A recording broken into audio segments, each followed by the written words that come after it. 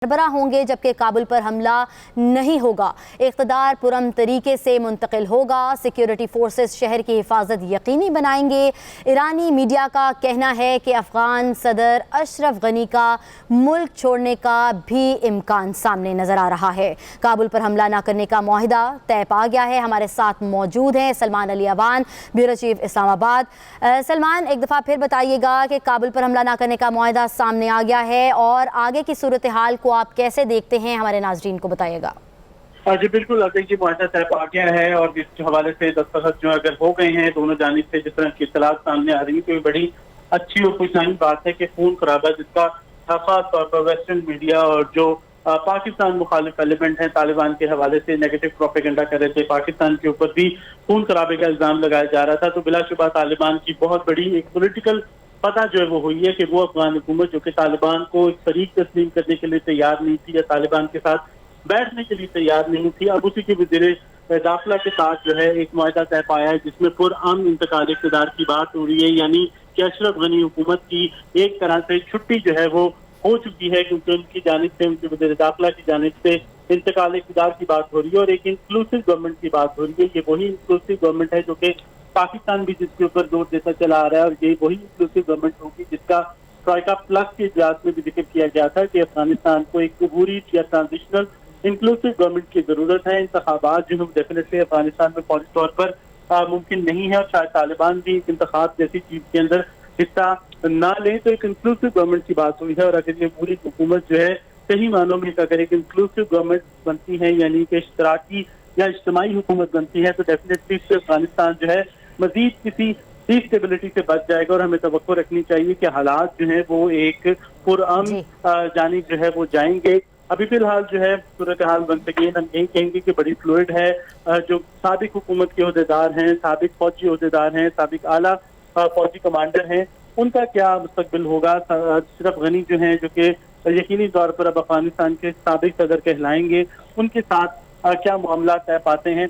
तो अभी कुछ ही देर में आने वाले वक्त में, आने वाले दिनों में, लेकिन जिस तरह से दिनों की बात क्या कहें, जिस तरह से सूरत हाल घंटों में तब्दील हो रही है, तो यकीनी तौर पर शाम तक या रात तक सूरत हाल जो मजीद वाज़ेह हो जाएगी। फिलहाल मुआहिदा तय पाना जो है एक बड़ी कामयाबी है तालिबान की और यकीनी तौर पर बड़ी गुड लक है अफगान अवाम की कि वो मजीद किसी खून खराबे से बच गए और काबुल जो है एक बार फिर उजड़ने से बच गया है। जी एग्जैक्टली। सलमान हमारे साथ ही रहेगा, हमारे साथ मौजूद है सीनियर तजज़ियाकार तशामुल हक साहब, उनसे भी मज़ीद जानते हैं। तशामुल हक साहब, जैसे कि आप जानते हैं कि तालिबान को इक़्तिदार की मुंतकली के लिए अफ़गान सदारती महल में मुज़ाकरात जारी हैं और अफ़गान हुकूमत जो है इक़्तिदार छोड़ने को तैयार हो गई है। एक विन विन सी सिचुएशन है तालिबान के हवाले से, आपका क्या तज्ज़िया इसके ऊपर? तालिबान की तरफ से जो बहुत अच्छी पेशकदमी हुई है सियासी मार्च पे, उन्होंने ऐलान किया है।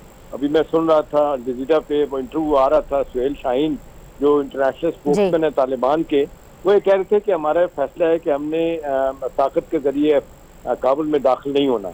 अब उनके लोग वहाँ से बैठ के बात कर रहे हैं और अभी जो खबरें आ रही हैं कि नायब वज़ीर दाखिला जो थे उनके अली अहमद जलाली साहब, उनको इंटरम सेटअप में प्राइम मिनिस्टर बनाने की बात हो रही है। देखिए, ये तो एक होने वाली चीज़ थी जो अब बड़ी जल्दी हो गई है, बगैर तशद्दुद की हो गई है।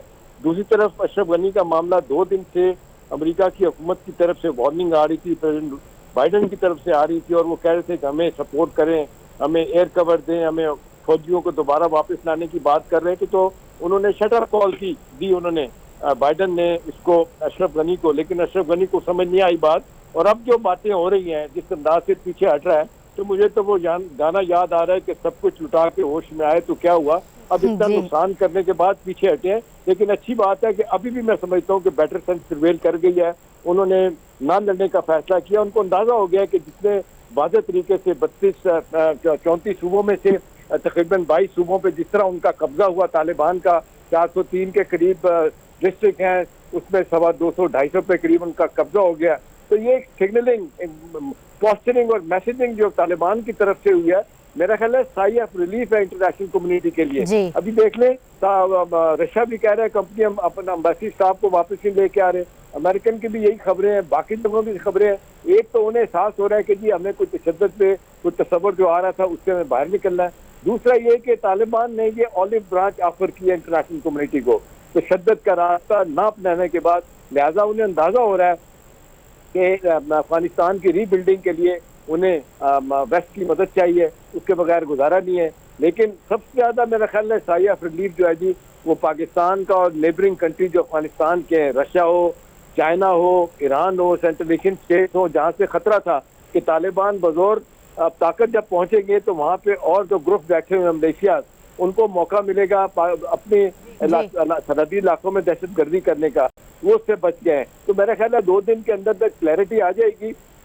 इन द मीन टाइम ये सबसे अच्छी बात है कि अमेरिकन को भी अंदाजा हो गया कि जी इसी देर से जो बात समझ रहे थे कि उनकी ताकत का उनको अंदाजा नहीं था। तालिबान के साथ जिस तरह उनकी सपोर्ट लोगों की अब हो रही है, वो तालिबान उनको कह रहे हैं कि जी आपको डरने की जरूरत नहीं है, आपको रहना चाहिए। और सुहेल शाहीन बार बार कह रहे हैं कि जी हेरात में एक आध वाकया हुआ है कि बच्चियों को स्कूल नहीं जाने दिया गया, ये एक हमारा फैसला है कि जी बच्चियां स्कूल जाएंगी, पढ़ाई लिखाई वैसी होगी। वो बता रहे बड़ा वाजे तौर पे कि जो 96 से 2001 तक का 4 साल का उसका पीरियड था तालिबान का, जो सब मुजाहिदीन कहलाते थे, हुकूमत थी, वैसा नुक्ता नजर और वैसा रवैया नहीं होगा। तो मेरा ख्याल है ये बहुत अच्छी बात है। एक तरफ तशद्दुद की तरफ नहीं गए, दूसरी तरफ जिस तरीके से उन्होंने सियासी बहस पे बात करने की आगे ले जाने की अशरफ गनी को अकल आई, उसने भी कहा कि ठीक है बैठ के बातें करते हैं। अभी मेरा ख्याल है अमरुल्लाह साले तो भाग गया है ताजिकिस्तान में, वहाँ भी बाकी अजबकिस्तान भाग गया। अभी इनका देखते हैं कि जहाज कब इनको बाहर लेके जाता है अशरफ गनी को। लेकिन एक बात यह है कि जी तशद्दुद नहीं हो रहा। हम साहिब मुमालिक के अंदर एक जो अच्छी बात पैदा हुई है कि उन्हें जो डर था कि मुजाहिदीन का इन्फ्लक्स होगा, वो नहीं हो रहा। तो मेरा ख्याल है पीसफुल ट्रांजिशन होगी और ये इक़्तिदार का अमल ट्रांसफर का आसानी के साथ हो जाएगा। तालिबान ने पहली दफा एक बात मान ली है कि इंक्लूसिव गवर्नमेंट, यानी बाकी लोगों को भी साथ मिलाएंगे जो पहले नहीं मान रहे थे। मेरा ख्याल है यही सबसे एक बड़ी बात तालिबान ने, जो मैं कहता हूँ कि अक्लमंदी की है। उनको एहसास हुआ है कि अगर ऐसा नहीं करेंगे तो एक तो सिविल वार रहेगी, दूसरा इंटरनेशनल हमें सपोर्ट नहीं मिलेगी। तो मेरा ख्याल है आने वाले दिनों में लगता है ये विन विन सिचुएशन है सबके लिए। अल्लाह करे अफगानिस्तान में अमन हो तो पाकिस्तान में भी होगा, अदरवाइज तो आप देख लें सब लोग दहशत गर्दी, हमारे तो टीटीपी हमारे दुश्मन जो बैठे हैं कुन्नर और नूरस्तान सूबों में, अब उनके लिए भी एक मौत होगी कि पता चलेगा कि जी कहीं से सपोर्ट नहीं है। तो मेरा ख्याल है दहशत गर्दी भी रुकेगी, अफगानिस्तान में भी अमन आएगा, पाकिस्तान में भी अमन आएगा। On top of it American को वेस्ट को अंदाजा सही होगा कि पाकिस्तान की एकतमंदी बिल्कुल ठीक थी। पाकिस्तान तालिबान को कन्फ्रंट नहीं करना चाहता था, अगरचे साथ साथ पाकिस्तान शुरू से कह रहा है कि सबको मिला के हुकूमत करनी चाहिए। कहीं की तालिबान का रिएक्शन थोड़ा सा खिलाफ भी आता था। बहरहाल आज वो खुद इस बात को मान गए कि सब धड़ों को लेके आगे जाएंगे। तो मेरा ख्याल है ये इंटरनेशनल पीस के लिए, रीजनल पीस के लिए एक अच्छा शुगून है।